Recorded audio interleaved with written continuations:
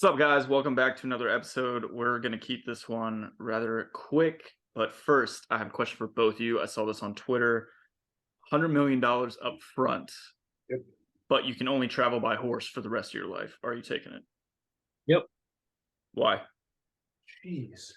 Riding horses is dope and it's really fun, and you have $100 million. So easy. What you gonna get on What are you 290? gonna do with it? What are we I'll talking about? build a big ass ranch to keep the horse and I don't know, raise other horses out in Virginia. That'd be dope. Let's talk about business opportunities. I love that. That was a great answer, James. No, I'm not. I'm not. See, I said yes because they didn't say what how the horse has to travel. So I would build a custom private jet that can fit the horse in it, so then you can travel somewhere. Just says you have to be on a horse. Doesn't say what the horse has to be on. Or build a dope yacht that the horse can get onto. Yeah. Okay. So you can build a boat, then name your horse like Seabiscuit. We're gonna move on. We had a great weekend of games in Minneapolis.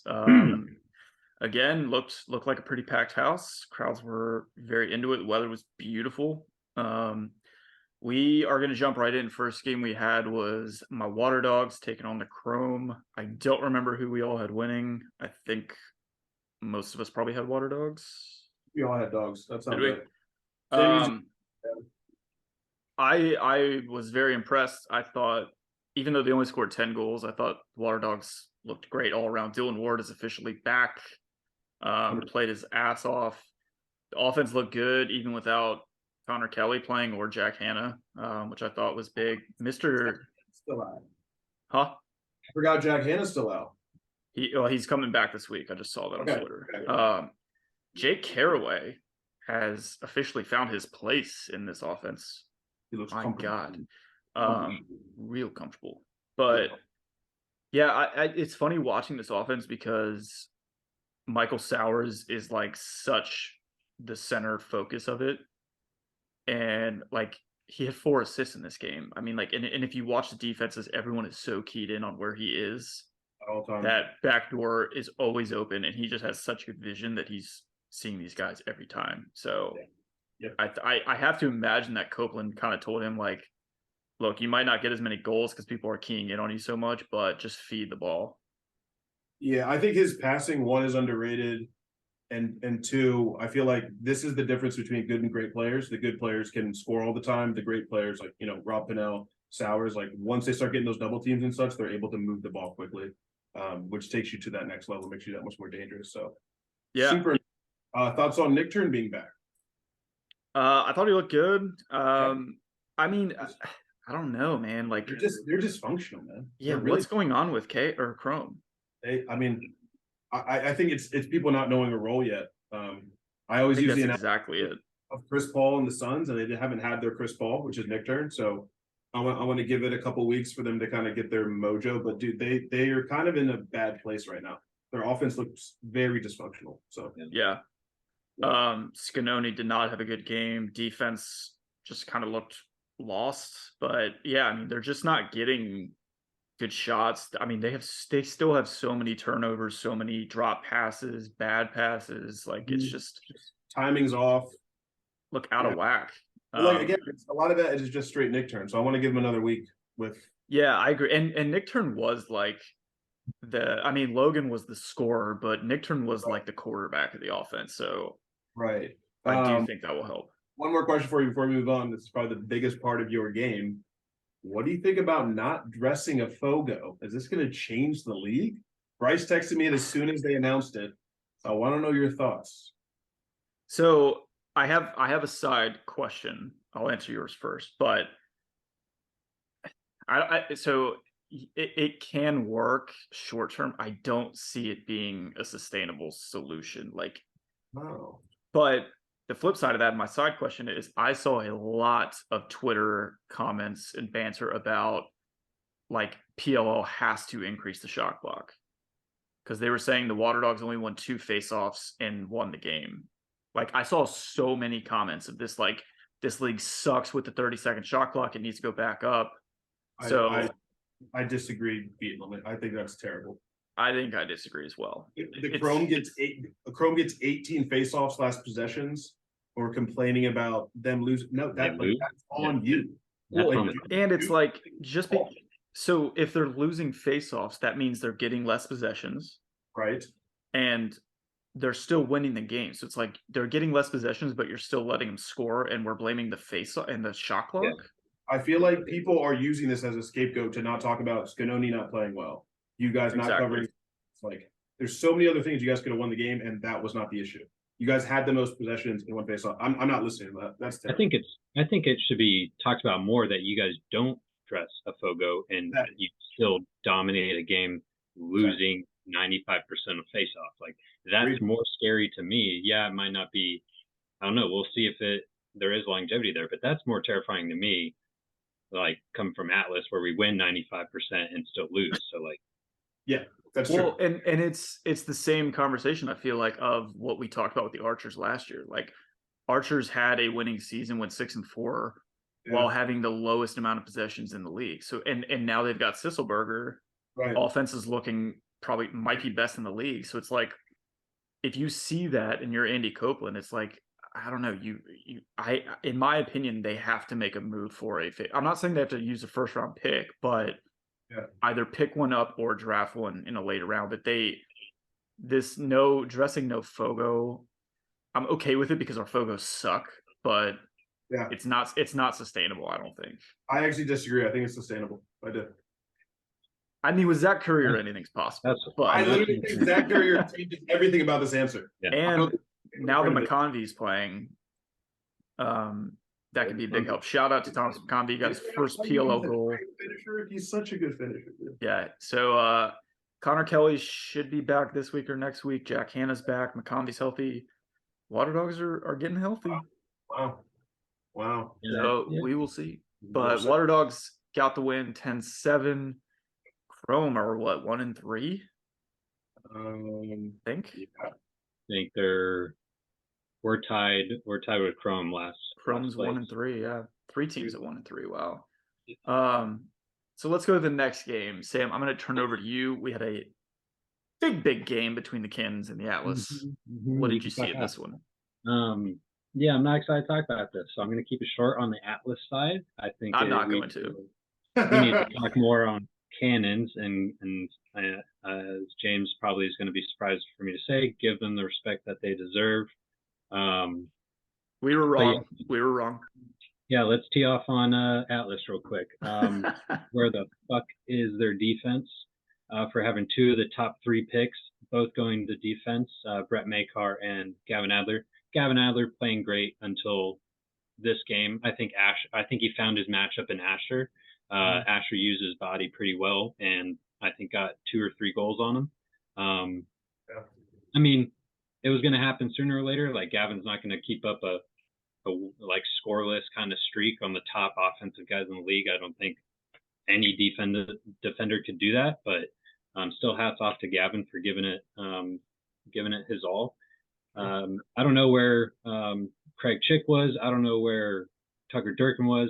I don't know what they're doing with Brett Makar at LSM. They need to move him back. Dude, move him down low.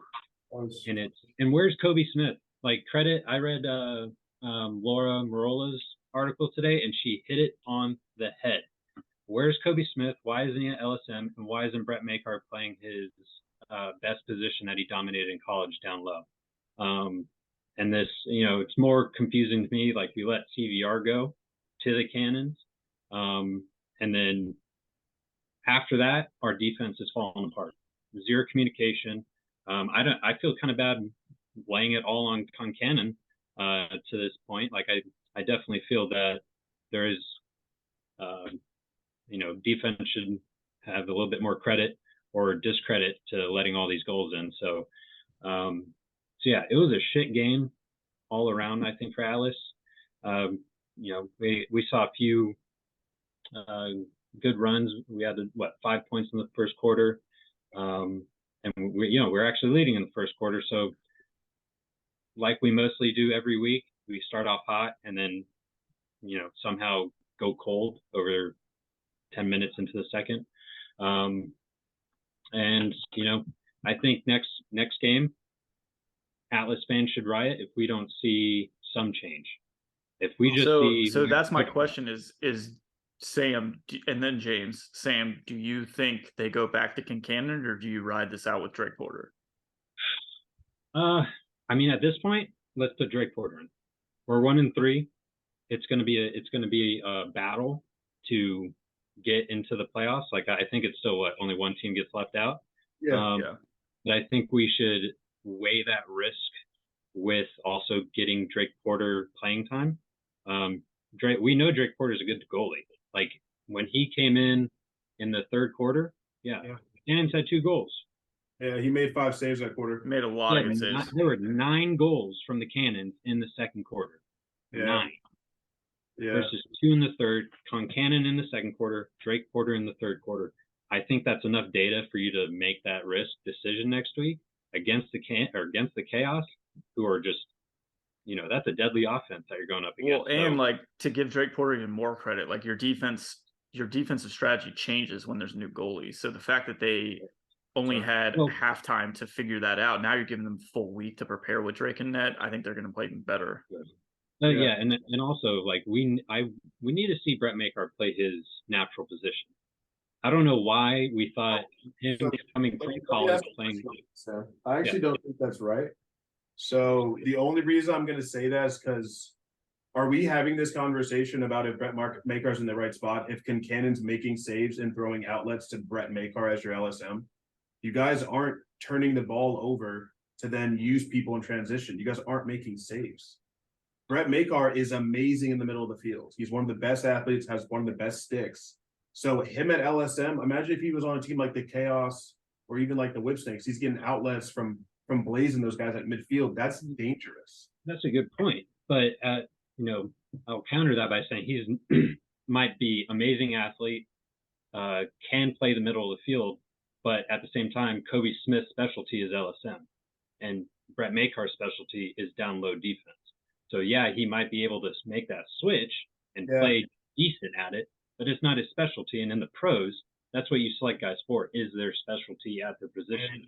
I agree with that. I do. So but I would say use people's strengths. Like why hasn't Kobe Smith maybe put out a statement say why isn't Kobe Smith an LSM? I think the reason is his stick skills or his feet. I always thought he was good on both ends, but I think he is, but if to be good is not good enough in this league. Well, I agree with that. There's a lot of good guys who aren't on teams. I think if the defense plays well next week with Porter and net, yes, you keep Makar at LSM. But if they don't, you have to shore up that defense, regardless 100%. Of the consequences. Remember, Ben Reeves was a Touraton winner, and he was the 4th option on the Whipsnakes.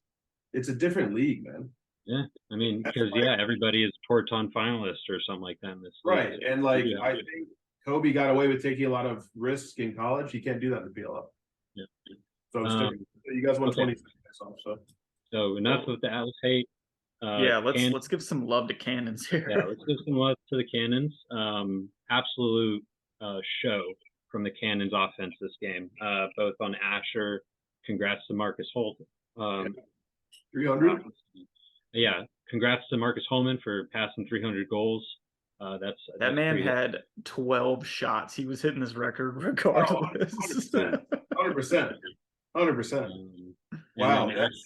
Asher played out. I think the result of this game says more positive things about Asher as a player than it does negative against Adler. I think Asher has not finally, but fully developed into what he can be, which is a PLL dominant attackman. 100%. Also, we need to have the conversation about Kavanaugh having arguably his worst season ever on the Redwoods, makes the change to the Cannons, and he has literally tripled his goals from last year. He had 7 points this week.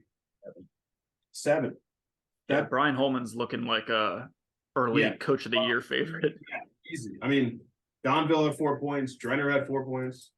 Like, that's crazy. To Donville, Hattie. That was Bubba Fairman had an assist. Oh, that's right. That's definitely worth the draft. Big play. Yeah. Oh, yeah. It was all long-term strategy. Man, that's good. They needed that. Man, they needed that. It's such a good draft. Look at these shot percentages. Kavanaugh 60%, Donville 60, Asher Nolting 66%. So Ryan above Turner, that, you can 50. see next to Kunken's name, there's like a percentage, so that has to do with that. So Yeah. Yeah. And dude, I'm not disagreeing with you that we should start Drake Porter now, yeah, I but know. I doubt that we will see that. I think they're going to play the first half, second half thing, and just ride it out to the end of the season. I'm afraid they're going And to if do you it. haven't listened to our episode with Tom Dunford, go listen to it. We called this a couple weeks ago that Kincannon would be benched at some Did. point this season. So congrats to us. It was a great take. Yeah, congrats to us. Good job, boys. Yeah, guys. So Cannons get the win. They move up to 2-2, I believe. Atlas dropped to 1-3. Yep. Let's flip to Sunday. Good. We had Redwoods Chaos. James, Yeesh. I got it. you guys were missing a few players, but what happened We here? were. Both Rowletts were out, which obviously was huge. You know, not having your face-off guy and best defender. And then, as we talked about a little bit before the pod, Towers said that they wanted to give Austin a little time in net. So maybe later on the season, we might need him. I think it's a little bit of BS. I think Blaze was a little gassed from the World Games. That's why we used him. So I think in the most cop-out way possible, I think this does have an asterisk next to it for us. In the beginning, also was giving up some terrible shots, but for I think the second time in my whole life, I'm gonna have to backpedal on a take, and I think Ryder absolutely deserves to be an MVP conversation, like 100%. Did you say he wasn't the MVP? So I said, remember when we talked about this before? I said one, it was early on, and two, you know, they have to be like the best team, or you know, what have you. I did. Right. I thought he was getting a little hyped up because of how he was scoring versus Yeah, that's right.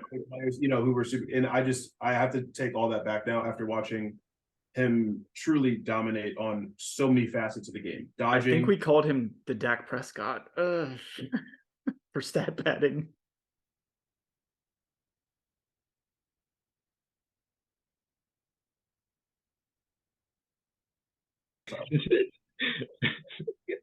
Anyway, Rob Pennell also needs to be in the conversation. He was incredible. But no, we looked okay. The Redwoods, I think, are officially a force to be reckoned with.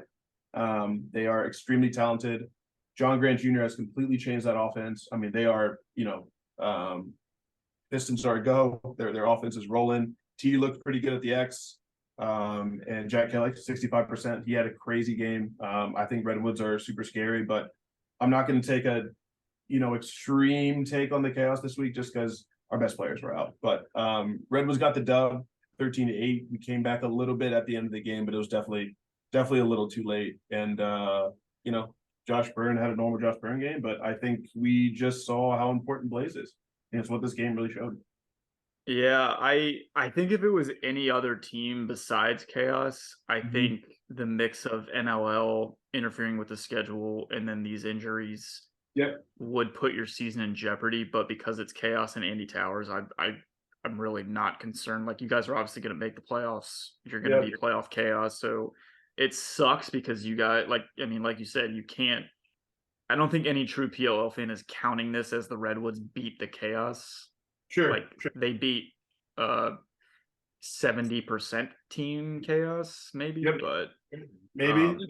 Now I do have to give a lot of credit to Harding Cohen. He was on Minicus, who I think, you know, Minicus looked unguardable a week ago, and Cohen had him the whole game. He did outside one time. He basically took away his speed by taking away the area he had to dodge in. So he needs to get credit. He really played well. I don't know if you saw when they were asking fans who talks the most shit in the PLL, and everyone said Ryder. Yeah. I didn't realize how much shit Ryder Garnsey talks, dude. He chirps a lot on the field. If anybody has not, go watch that man's high school highlight tape. Oh my God. It's criminal. It's just crimes on tape. And he does some unspeakable things. So it makes sense why he talks like that. So Redwoods got the dub. Redwoods got the dub, and we'll see what the Chaos bring next week. Yep, sure will. So flipping to the last game of the weekend, which I thought was game of the week, was Whipsnake's Archers. I think this game went how we all thought it. I think we all figured it was going to be a high scoring kind of shootout game, which it was. Mike Sisselberger absolutely, talk about crime on tape. That face-off stripe, he was just dominating. So we lost 4. Yeah, so I don't know. What did you guys think of this one? I thought Tucker Dordovic had his kind of coming out game. He 100%. looked incredible, but Really good. I don't know. I mean, I thought I had Archers winning. I'm pretty confident, but I thought Whip Snakes looked pretty damn good. Whip Snakes look good, but I think this just shows, like you said, the Archers are that much better. Yeah. That But yeah, offense, adding that turnaround wraparound shot by Shriver was, I mean, dude, that's insanity. Yeah. And you know who we need to give a lot of credit to is Dobson. Dobson looks really Yeah, good. he outplayed Burnmore, which is kind of crazy to say. No, seriously, he did. Fields was obviously super tough, but maybe I didn't realize that Tucker had two 2-pointers. I thought he only had one. Yeah, I didn't remember the second one actually. Yeah, and it might have been a little later in the game, but dude, the Archers just, dude, they have so many weapons. Like they have so many that can just go off any week. So one, they're extremely fun to Do they have Grant in it? I'm sorry, I didn't mean to interrupt. No, you're good. You're good. No, Grant Ament did not. Yeah, he's still out with the hamstring, right? Still out with the hamstring, and truthfully, man, as of right now, they do not need them. And that's what's scary is that they don't need the best players in the league, and they still had 7 different players score goals. Right, and they had like 40 ground balls to Whip Snakes 18. That just shows, like, if anything. Oh my god, I didn't realize it was that. And this is what I'm saying about people saying like the faceoff is becoming obsolete. Like Sisselberger right now is basically making the Grant Ament being out of the lineup not matter. Yeah. Just having a solid, not solid, but a dominant faceoff guy has meant that they have that many more possessions with the weapons they have currently. On another team, Grant Ament goes down, and God knows what happens. So I think the Archers the scariest team in the league right now, for sure. Yeah, and their shorties have always been a strength. Latrell Harris had a great game. He had 4 or 5 ground balls. I noticed that, man. He was everywhere. Yeah, a lot of rotations, minimal penalties too. I mean, they're playing well, so they're a scary team. Yeah, they are. I think they have to be in the top team consideration right now for anybody. Have to be. So that wraps up Minneapolis. It's just great to have PLL back. We went like a month without games. Yeah, that was not cool with that. But but next week they're back in Fairfield, which is always hype. So I'm pumped for that. Or this weekend. So let's wrap up, do some predictions here. First game we got Friday at 6 is Water Dogs Whip Snakes. Sam, who do you got? Boy, this will be tough. Just if the Whip Snakes are healthy, this is a close game. Man, I don't know. You're supposed to have this ready before. It's hard though. I'm gonna say Water Dogs by 1, maybe overtime. Same with the overtime picks. Loves these. Bully ball. I'm sick of. This is not bully ball. Pick the Whips. Go ahead. Am I up? Yeah, you're up. All right. I got the Water Dogs. I got the Water Dogs side too. I do want to just throw something out that we didn't talk about yet.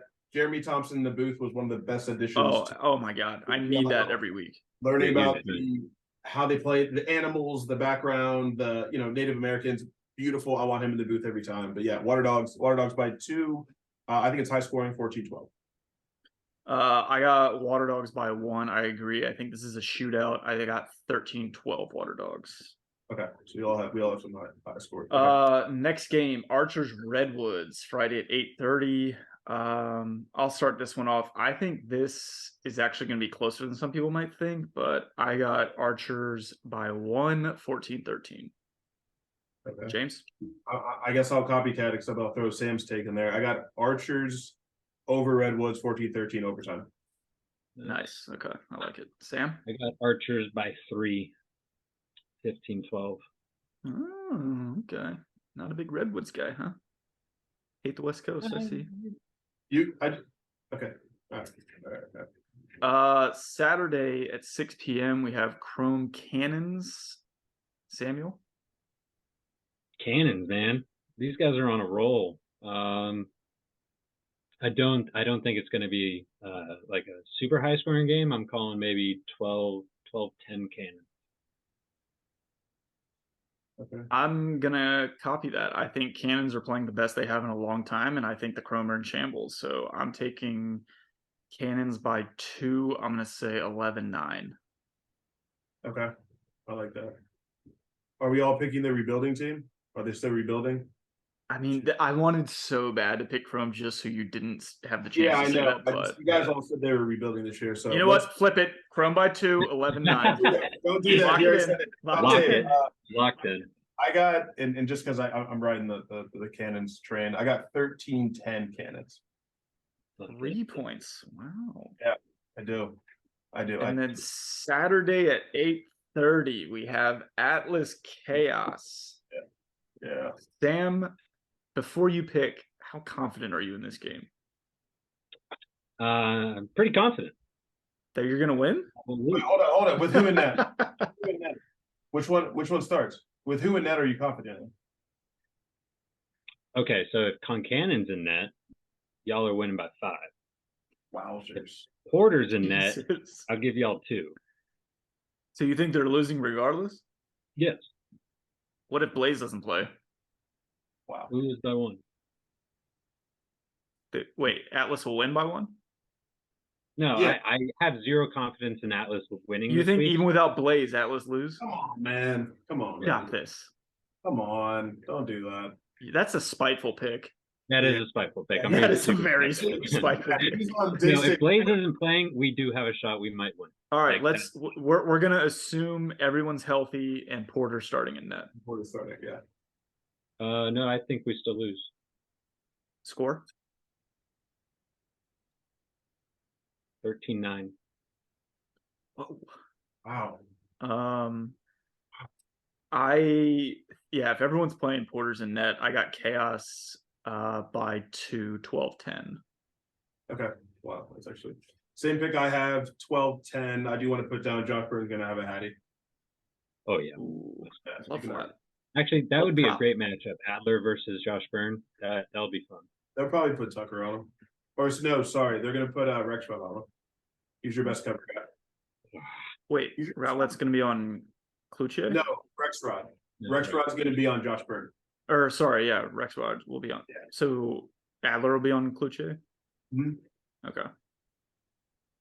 So who's Rowlett gonna cover? Teat? He will be on Gray. He'll be on T. He'll be on T. Wow. He has the best feet. Newman's Yeah. gonna, and so that's what we got. Damn, love that. And Will Bowen's a good cover guy, but he's not nearly as quick. So yeah, I'll be Rowlett. I mean, this is the perfect game for a wager, but Sam's just got 0 confidence in his team. That's fair. I'll find something like that's not win or loss that we can put a wager A on. little, Like little prop bet. I like that. Okay. Yeah, I'll find a little something. All right. Well, we're gonna get out of here. We're gonna try and do these quick episodes. So enjoy the games this weekend. We'll see you all next week. And building.